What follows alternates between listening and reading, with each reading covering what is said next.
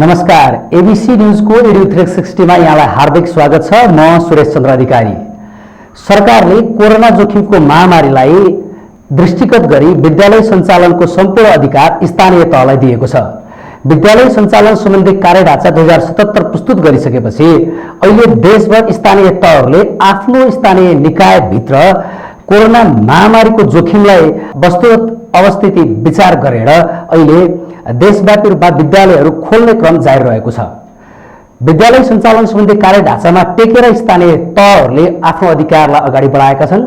अब विद्यालय खुलिसकेपछि लामो समयसम्म विद्यार्थीहरूमा घरमा बसिरहनु परेको अवस्थाबाट अब विद्यार्थीहरू विद्यालय जान थालेका छन् भने कतिपय नगरपालिकाहरूमा अथवा गाउँपालिकाहरूमा अझै खुल्ने क्रम रहिराखेको छैन। कस्तो अवस्थामा विद्यालय खोल्ने निर्णय गरिराखिएको छ र कस्तो अवस्थामा बन्द गरिनेछ, फेरि पनि कोरोना संक्रमण यदि बढ्ने हो भने कसरी बन्द गर्ने व्यवस्थापन गरिँदैछ, यो विषयमा कुराकानी गर्नको लागि आज हामीसँग नेपाल नगरपालिका संघका अध्यक्ष एवं धुलिखेल नगरपालिकाका मेयर अशोक बेन्जो हामीसँग कार्यक्रममा हुनुहुन्छ। सर, कार्यक्रममा स्वागत छ। हजुर, धन्यवाद। सर, आराम हुनुहुन्छ? एकदम ठिक छु। सर, स्थानीय तहलाई सरकारले अधिकार प्रत्यार्जित गरिसकेपछि हुन त अधिकार विद्यालय तहसम्मको अधिकार सम्पूर्ण रूपमा स्थानीय तहमा नै थियो, तर 7 महिनासम्म सङ्घीय सरकारले रोकेर राखेको अधिकार तपाईँहरूलाई प्रत्यार्जित गरिसकेपछि अब विद्यालयहरू तपाईँले खुलाउन थाल्नु भएको छ है? विद्यालय अब क्रमशः खोल्दै जाने क्रम सुरु भएको छ। यो खोल्दाखेरि सरले कस्तो हिसाबले अहिले जुन कार्यढाँचामा टेकेर गरिएको छ कि अथवा त्यो भित्र आफ्नो विद्यालय परिवेशमा अलिकति मिलाएर गरिएको छ सर? अब हामीले स्थानीय सरकारहरूले कतिपय कार्यढाँचालाई आधार मानेका छौँ, कतिपय चाहिँ स्थानीय सरकारले आफ्नो ठाउँ अनुकूलताको स्थिति हेरेर ओर एरियामा अनि सबभन्दा बढी प्रकोप बढेको ठाउँमा अलिकति चाहिँ तपाईँको अल्टरनेटिभ सिस्टमबाट भर्चुअलबाट र जहाँ चाहिँ कोभिडको प्रभाव चाहिँ न्यून भएको ठाउँमा हामी प्रत्यक्ष नै विद्यालयहरू चलाइरहेका छौँ र त्यहाँ विद्यालय प्रत्यक्ष चलाएको ठाउँमा पनि तपाईँको पालो पालो गरेर चलाइरहेका छौँ होइन। कहीँ चाहिँ तपाईँको हाम्रो एमजिएमएलको छुट्टै छ, शिशुको छुट्टै छ, 1 देखि 5 सम्मको छुट्टै छ अनि 5 देखि 12 सम्मको छुट्टै छ। फरक फरक ढङ्गले चलाइरहेका छौँ। यो अधिकार सरहरूलाई पहिल्यै आउनु पर्थ्यो जस्तो लाग्थ्यो कि अथवा ठिकै बेलामा आएको छ भन्ने लागेको छ? होइन, यो अधिकार हामीलाई आयो भन्ने कुरामा चाहिँ म त्यति धेरै सहमत छैन। किनभने सर, हिजोको दिनमा सरलाई अलिकति जोड्नु पर्यो। हिजोको दिनमा सरले अलिकति सर मैले अलिकति जोड्छु अनि सरले यसलाई पुरा गरिदिनु भयो। माध्यमिक तहसम्मको विद्यालय सञ्चालन गर्नका लागि सम्पूर्ण अधिकार स्थानीय सरकारको एकल अधिकार भएको हुनाले यो अधिकार प्रदत्त संस्था नै हो। स्थानीय सरकार खालि कोभिडको टाइममा संक्रमित अवस्थामा र महामारी फैलिरहेको अवस्थामा नेपाल सरकार र स्थानीय सरकारका बीचमा हामीले चाहिँ साझेदारी र समन्वय गरेर संक्रमणको व्यवस्थापनका बेलामा हामीले त्यसलाई कसरी व्यवस्थापन गर्ने भन्ने कुरासँग जोडिएर मात्र यो सरकार भएको विषय हो। त्यसकारण माथि भएको अधिकार हामीले दिएको भन्ने हिसाबले होइन, संक्रमणको टाइममा हामीले कोअर्डिनेसन गराएका हौँ र सङ्घ सरकारले क्रमशः स्थानीय सरकारलाई शिक्षा लगायतका सम्पूर्ण एकल अधिकारका क्षेत्रहरू जुन चाहिँ हस्तक्षेप गरिराखेका छ त्यो त क्रमिक रूपमा तल पठाउनै पर्छ। त्यो पठाइएन भने चाहिँ सङ्घ सरकारले यो संविधान मानेको, यो संविधान कारण गरेको, यो संविधानलाई चाहिँ मूर्त रूप दिन र संघीयताको पक्षधरताको काम नगरेको जस्तो देखिन्छ। त्यसकारणले यो अघि पनि मैले भने यो दिएको लिएको हिसाबले होइन, संक्रमणको अवस्थामा हामीले व्यवस्थापन मात्र गरेका हौँ। सर, मैले अलिकति यही जोड्न खोज्दै थिएँ। हिजोको दिनमा सरहरूले विद्यालय खोल्ने कतिपय नगरपालिकाहरूले अथवा गाउँपालिकाहरू विद्यालय खोल्ने निर्णय गर्दा पनि फेरि माथिको आदेश भन्दै बन्द गरिएको अवस्था थियो। त्यस हिसाबले चाहिँ माथि अधिकार रहिराखेको थियो कि अथवा माथिले तपाईँहरूलाई चाहिँ एउटा प्रेसर दिइराखेको थियो भन्ने चाहिँ प्रश्न गर्न खोजेको सर मैले। माथिले रोकिएको त कहीँ पनि छैन होइन। सर, साउनदेखि विद्यालयहरू खुल्ने क्रममा यिनी काठमाडौँ भ्यालीभित्र पनि केही नगरपालिकाले साउनमा विद्यालय खोल्ने भनेर परिपत्र जारी गरिसकेपछि पनि नखोलेको अवस्था थियो नि? होइन, नखोल्नुको आन्तरिक कारण भनेको कोभिड बढिसकेपछि सरकारले पनि रोको भनेको छ, स्थानीयले पनि रोकेका छन् होइन। त्यसैले यो कोभिडसँग सम्बन्धित छ। अब धेरै जसो नगरपालिकाहरूले सरकारले चाहिँ अस्ति असार 1 गते मात्र भर्चुअल चाहिँ तपाईँको एजुकेसनको कुरा गर्यो। हाम्रो नगरपालिका धुलिखेलले जेदेखि नै हामीले भर्चुअल तपाईँको चाहिँ एजुकेसन सुरु गरेका थियौँ, एफिमरेडीबाट सुरु गरेका थियौँ, आफ्नै कार्यविधि बनाएर हामीले स्कुल चलाएका थियौँ। त्यसैले रोग बढिसकेपछि त्यसलाई चाहिँ स्टप गर्ने कुरा र भएन भने स्कुल चलाउने क्रम त भइरहेको छ। अहिले देशव्यापी रूपमा असोज 1 गतेदेखि जसरी वैकल्पिक शिक्षालाई अलिक व्यवस्थित ढङ्गले ल्याइयो अनि अहिले कार्य ढाँचा आइसकेपछि विद्यालयहरू खुल्ने क्रम रहिराखेको छन्। यसमा चाहिँ सरहरूले एउटा कुनै नगरपालिका सङ्घ अथवा तपाईँहरूको स्थानीय पालिकाहरू बिचमा यस्तो अवस्थामा चाहिँ हामी खोल्नुपर्छ भनेर केही एउटा सहमति अथवा पत्रचारहरू त्यस्तो गर्नुभएको छ सरकारका अलावा? अन्त नेपाल सरकारलाई त हामीले कोभिडको टाइममा सबभन्दा ग्रामीण क्षेत्र जुन हिमाली क्षेत्रहरूमा कोभिडको प्रभाव परेको छ त्यहाँ स्कुल रोक्नुहुन्न, जहाँ चाहिँ कोर एरिया भन्दा बाहेकको ग्रामीण क्षेत्रहरूलाई हामीले ग्रिन जोन रेड जोन भनेर चाहिँ जोन छुट्याएर विद्यालय चलाउने कुरामा चाहिँ आवश्यक प्रबन्ध गर्नुपर्छ भन्ने खालको कुरा हामीले गरिराखेका हौँ। मन्त्रीज्यूहरूसँग सचिवसँग हामी पटक पटक चाहिँ भर्चुअली मिटिङ पनि गऱ्यौँ होइन। त्यसैले यो विषयमा हाम्रो सरकारले एकैचोटि मानव यो चाहिँ आँधी भूकम्प आए देशभरि नै एकैचोटि इम्प्याक्ट पार्छ भन्ने सोच्यो। यसको चाहिँ मुख्य खतराको क्षेत्र कहाँ हो, त्यो खतराको इम्प्याक्ट कहाँसम्म पर्छ, सबभन्दा सुरक्षित क्षेत्र कहाँ हो भन्ने कुराको समग्र सोच चाहिँ हाम्रो ल्याउन सकेन। त्यस कारणले गर्दाखेरि हिमाली क्षेत्रमा धेरै उद्योगहरू बन्द भए, कार्यालयहरू बन्द भए, विद्यालयहरू बन्द भए, कलेज बन्द भयो। जहाँ चाहिँ भर्नरेबिलिटी बढ्न सक्छ त्यहाँ चाहिँ बन्द गर्ने, जहाँ चाहिँ छैन त्यहाँ बन्द नगर्नुपर्ने हो। त्यसैले हामीले मानव देशभरि नै एकैचोटि संक्रमणले चाहिँ छुन्छ भन्ने ठान्यौँ। त्यसैले हाम्रा उद्योग धन्दा व्यापार व्यवसाय कार्यालय विश्वविद्यालय कलेजहरू देशभरि बन्द गर्दाखेरि हाम्रो अर्थतन्त्रमा असर परिरहेको छ, विद्यार्थीको पठन पाठनमा असर पर्छ, रोजगारमा असर परेको छ। यसले त एकैचोटि देशभरि गरेको निर्णयको इम्प्याक्ट हाम्रो सामाजिक आर्थिक जीवनमा परिरहेको छ नि। त्यस कारणले राज्यले चाहिँ सबैतर्फको ध्यान दिएर काम गर्नुपर्छ भन्ने नै मेरो हो। जस्तो सरले अलिकति कुरा उठाउनु भएको थियो, सबै ठाउँमा कोभिडको असर उस्तै थिएन, त्यतिखेर नै विद्यालय सञ्चालन गर्न दिइरहेको भए आज उच्च हिमाली जिल्लाहरूमा यस्तो समस्या आउने थिएन भन्ने थियो। हो, साँच्चै भन्ने उच्च हिमाली जिल्लामा अहिले सही क्षेत्र अन्त्यत्रको अवस्थामा पुगिसकेको हुन्थ्यो भने हामी सही क्षेत्र सुरु गर्न खोज्दैछौँ अब भने त्यहाँ विद्यार्थीहरूलाई नियमित प्रक्रियामा अगाडि बढाएर अघिल्लो क्लासमा लाने वातावरण कसरी बनाउन सकिएला? एउटा नगरपालिका सङ्घको अध्यक्षको हिसाबले तपाईँ के भन्नुहुन्छ? होइन, अब यो पढाइलाई चाहिँ तपाईँको अध्ययन अध्यापन नगरिकन तपाईँको क्लास बढाउने कुरा त सम्भवै छैन होइन।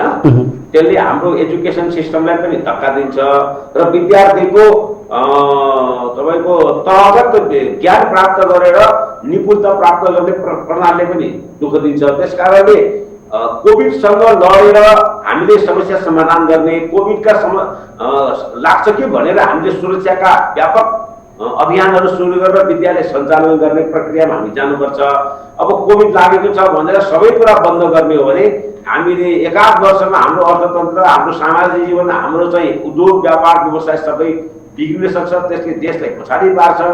अब हामी कोभिडसँग चाहिँ सुरक्षा अपनाउँदै आफ्नो नियमित नागरिकको, राज्यको प्रोफेसनल कामहरू अगाडि बढाउनुपर्छ भन्ने कुरा नै हो।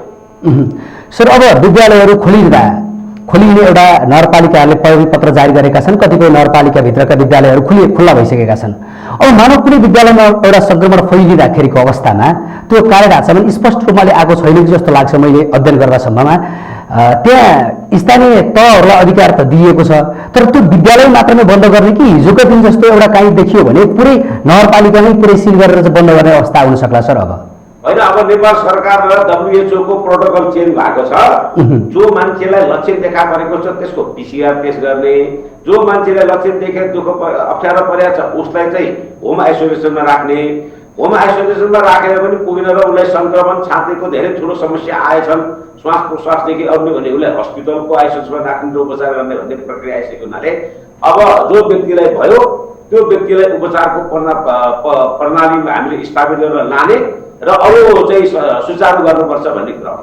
भनेपछि एउटा विद्यालयमा संक्रमण देखियो भने अन्य विद्यालय, त्यो नगरपालिकाभित्रका अन्य विद्यालयहरू अब बन्द हुँदैनन् भन्ने अवस्था आएको हो सर? भने त्यो विद्यालयमा देखा परेको त्यही विद्यालय पनि अब बन्द हुँदैन। बन्द गर्नुहुन्न। जसलाई लागेको छ, जसलाई संक्रमण बढेको छ, त्यसको चाहिँ सराउन्डिङमा परेको इम्प्याक्टलाई हेरेर हामीले चाहिँ अगाडि बढाउनुपर्छ। अब सधैँ यो बन्द गरेर बस्ने स्थिति छैन। भनेपछि अब खुलेका विद्यालयहरू कोभिडकै नाममा बन्द हुँदैनन् भन्ने चाहिँ सरहरूको एउटा स्पष्टता हो सर? त्यो गर्नु हुँदैन। सुरक्षाका विकल्पहरू अवलम्बन गर्नुपर्छ, उपचारका विकल्पहरू अवलम्बन गर्नुपर्छ भन्ने कुरा हो। सर, अलिकति म अब यो विद्यालय भर्नाको प्रक्रियामा जान्छु। चैत वैशाखमा भएको थियो भने कक्षा 1 मा अथवा नयाँ विद्यार्थी भर्ना हुने विद्यार्थीहरू सरकारले खोजी विद्यालयहरूले खोजी भर्ना गराउने अवस्था थियो। तर आज शैक्षिक क्षेत्रको मध्यन्तर अथवा अन्त्यतिर आइसकेका छौँ हामी। गत वर्षको हेऱ्यौँ भने सरकारले शैक्षिक क्षेत्र खेरेर नजाने भनेर बताइराखेको छ। शैक्षिक क्षेत्र खेर नजाने भनिरहँदाखेरि हिजो त जोडिन नसकेका बच्चाहरू अब 2-3 महिनामा हामी जोड्ने प्रयास गर्छौँ अथवा नयाँ विद्यार्थी भर्ना हुने प्रक्रियालाई आगामी वर्षलाई थाती राख्छौँ? के योजना छ सर हामीहरूको? होइन, अब यसलाई हामीले कोर्स चाहिँ तपाईँको कोर्सलाई चाहिँ डाउन साइजमा ल्याउनुपर्छ। 100% को कोर्सलाई तपाईँ 60 मा ल्याउने कि 40 मा ल्याउने कि 50 मा ल्याउने कि कति महिना हामी पढाउन सक्छौँ होइन। टोटल चाहिँ तपाईँको 365 दिनमा विद्यालय 270-75 दिन चल्छ। 220 दिन मानिएको छ। 270-75 दिन चल्ने विद्यालयलाई चाहिँ अब 6 महिनाभित्र कति करिकुलम कभरेज गर्न सक्छ भन्ने आधारमा हामीले चाहिँ विद्यालयको अरू सबै प्रक्रियालाई लानुपर्छ। जस्तो सरकारले नै 30% एडभान्टेजमा डाउन गरिदिइसकेको छ, 7 कक्षासम्मको विद्यालयले गर्ने भनेको छ। तर मैले अझ प्रश्न अलिकति सरलाई गर्न खोजेको चाहिँ नयाँ विद्यार्थीको भर्ना दर जुन एउटा अभियानकै रूपमा वैशाख महिनामा सञ्चालन गरिन्थ्यो, वैशाखको पहिलो साता तामझामका साथ देशव्यापी रूपमा चाहिँ गर्ने गरिन्थ्यो। गत वर्षतिर हेर्ने भने प्रधानमन्त्री आफै लाएर विद्यालयबाट बाहिर रहेका विद्यार्थीहरूलाई आफैले विद्यालय ल्याउने कसरत गर्नुभएको थियो।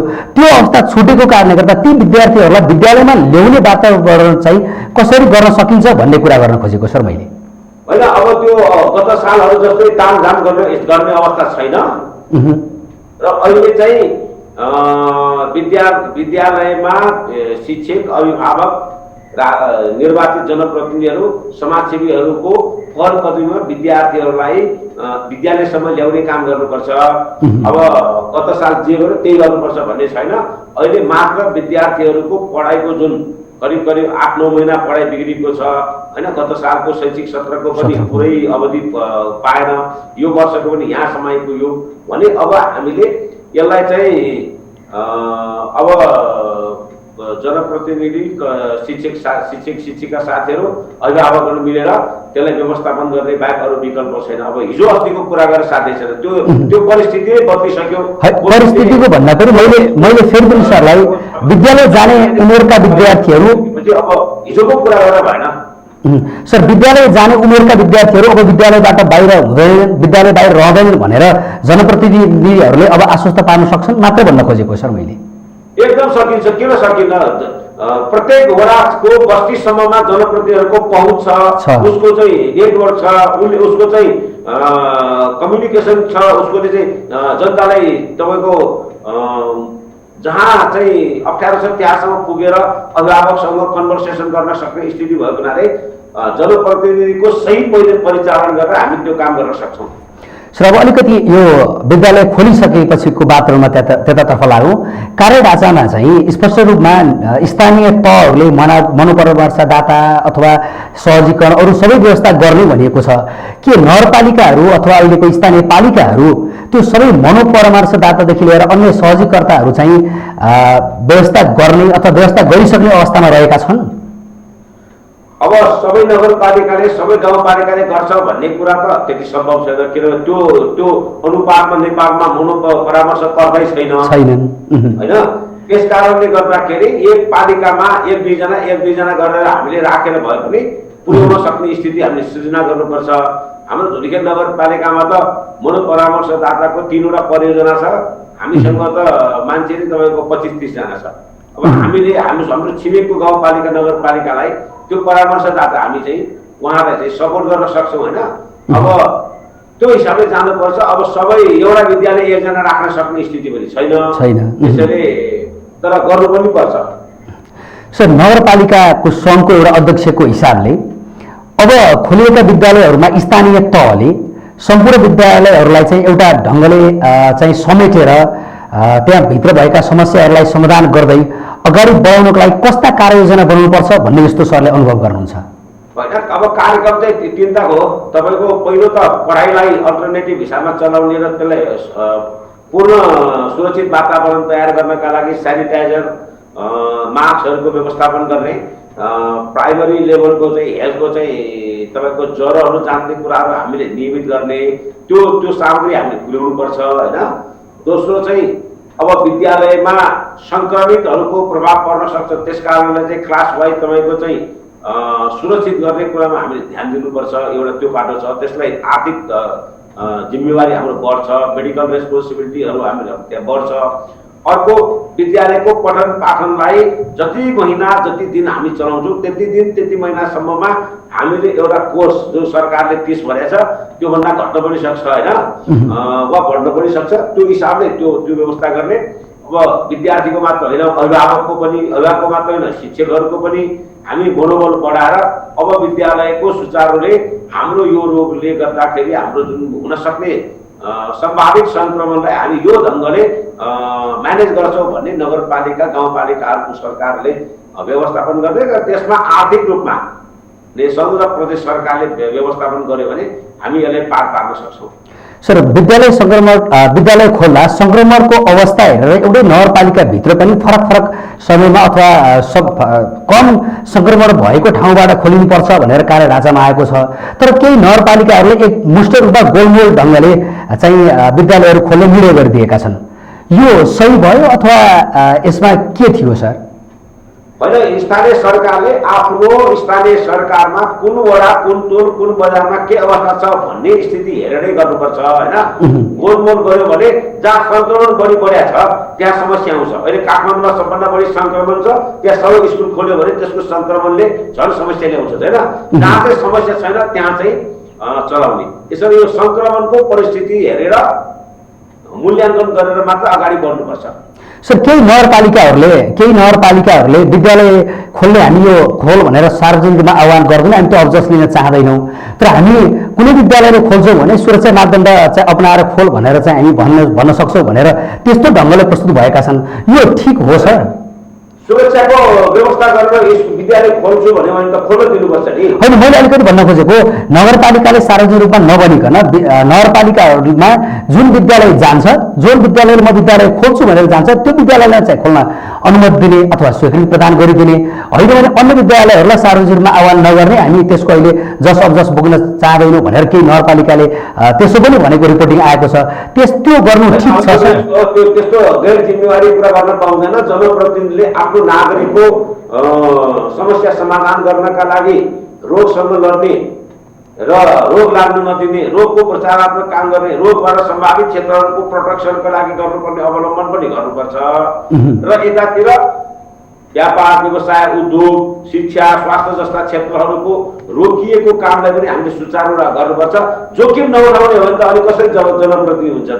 जोखिम उठाएर समस्यासँग लडेर प्रतिकूलतालाई अनुकूलतामा धान्न सके मात्र जनताले जिताएको त बहादुरलाई जिताएको, क्षमतावानलाई जिताएको, सक्षमलाई जिताएको, यसले गर्न सक्छ चुनौती भन्ने सामना गर्न सक्छ भने जिताएको।